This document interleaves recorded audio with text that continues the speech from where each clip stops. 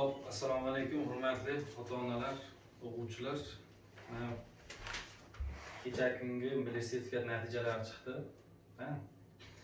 Xudo xolasa hayit bayramiga qo'shimcha podarka deyman shunaqa. Hop, natijalarimiz umuman olganda yomon emas. Xudo xolasa yaxshi.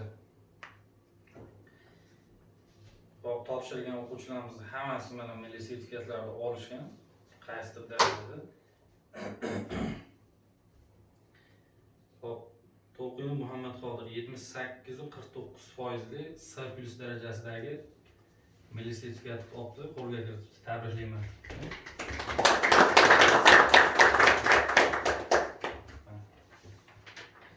Hop, keyingi o'quvchimiz Muxtor Qursonbek 91.97% B+ darajadagi sertifikat qo'lga kiritdi.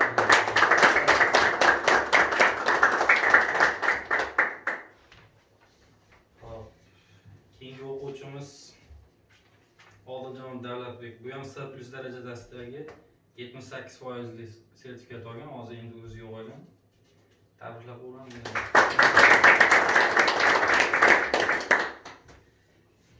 Hop, mana oxirgi o'quvchimiz Komilov Ravshanbek 100% natijaga erishgan, A darajadagi milliy sertifikatni qo'lga kiritdi.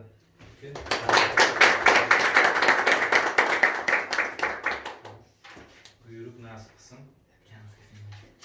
Hop, endi yordamchi ustozimiz Diyorbek hozir o'zi yo'q edi bayda.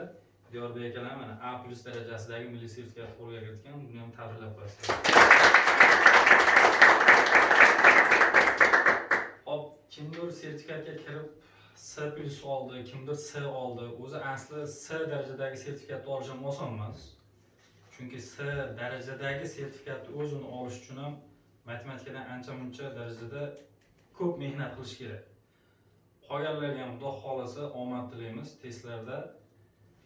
Mana shu kerak bo'lsa A+ darajada bera oladigan darajada testlarni yaxshi ishlab chiqishlaringa so'rab qolamiz. Endi Xudo xolasa aslida bo'lasizlar.